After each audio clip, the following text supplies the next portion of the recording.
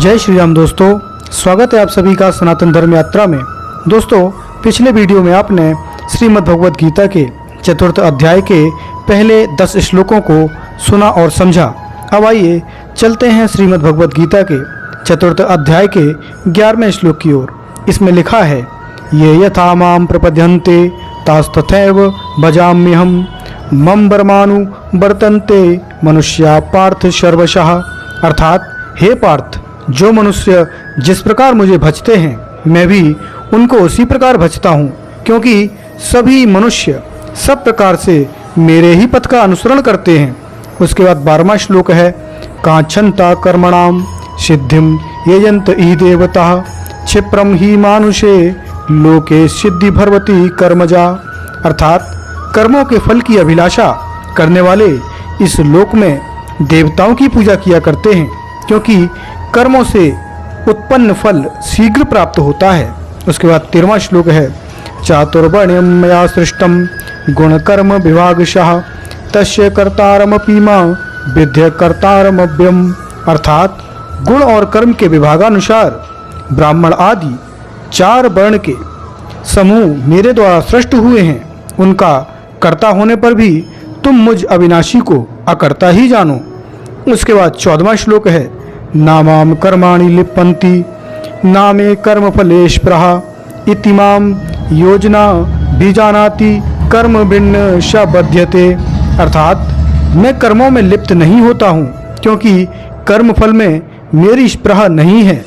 इस प्रकार जो मुझे तत्वता जान लेते हैं वे कभी कर्मों से आबद्ध नहीं होते। उसके बाद 15वां श्लोक है, एवं ज्ञात्वा कृतं कर्म पूर्वैरपि मुमुक्षि कुरु कर्मेव तस्मात् त्वं पूर्वतरम कृतम। अर्थात पूर्वकालीन मुमुक्षुण ने भी ऐसा ही जानकर लोक प्रवर्तन के लिए कर्म किया, अतः तुम भी प्राचीन पुरुषों के द्वारा पुरातन काल में अनुष्ठित कर्मों को ही करो। उसके बाद 16वां श्लोक है, किम कर्मतीति कव्योप्यन्न मोहिता तत्ते कर्म प्रवक्ष्यामि यज्ञात्वा मोक्ष्य शुभात्। अर्थात कर्म क्या है और अकर्म क्या है, विवेकी पुरुष भी इस विषय में मोहित हो जाते हैं। अतः मैं तुम्हें वह कर्म तत्व कहूँगा जिसे जानकर तुम इस अमंगलपूर्ण संसार से मुक्त हो जाओगे। उसके बाद 17वां श्लोक है, कर्मणो ह्यपि बौद्धव्यम बौद्धव्यंच विकर्मणः अकर्मणस्य बौद्धव्यं गहना कर्मणो गति। अर्थात कर्म विकर्म और अकर्म को जानना चाहिए, क्योंकि कर्म का तत्व अतिशय दुर्गम है। उसके बाद 18वां श्लोक है, कर्मण्य कर्म या पदेश्य कर्मणि चा कर्म या सा बुद्धिमान मनुष्येषु सा युक्ता कृतशन कर्म कृतः।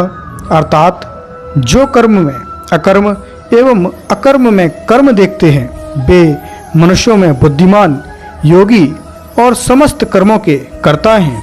उसके बाद 19वां श्लोक है, यस्य सर्वे समारभा काम संकल्प वर्जिता ज्ञानाग्नि दग्ध कर्मणाम तमाहु पंडितम बुधा। अर्थात जिनके सभी कर्म कामना और संकल्प से रहित हैं तथा ज्ञान रूप अग्नि से दग्ध हो गए हैं, उनको ज्ञानी जन भी पंडित कहते हैं। उसके बाद 20वां श्लोक है, त्यक्त्वा कर्म फलासंग नित्य तृप्तो निराश्रया कर्मण्य भी प्रभो अपि नैव किंचित करोति शाह। अर्थात जो कर्म फल में आसक्ति का परित्याग करके नित्य अपने आनंद में परितृप्त हैं एवं योगक्षेम के आश्रय के लिए चेष्टा नहीं करते, वे कर्म में भली भांति प्रवृत्त होकर भी कुछ नहीं करते। तो दोस्तों, यहाँ तक आपने श्रीमद् भगवद गीता के चतुर्थ अध्याय के 20 श्लोकों को सुना और समझा। तो अभी तक आप क्या समझे, कृपया कमेंट बॉक्स में अवश्य बताइए। बने रहिए सनातन धर्म यात्रा के साथ और लेते रहिए रोचक एवं धार्मिक जानकारियाँ प्रमाणों के साथ। धन्यवाद। जय श्री राम।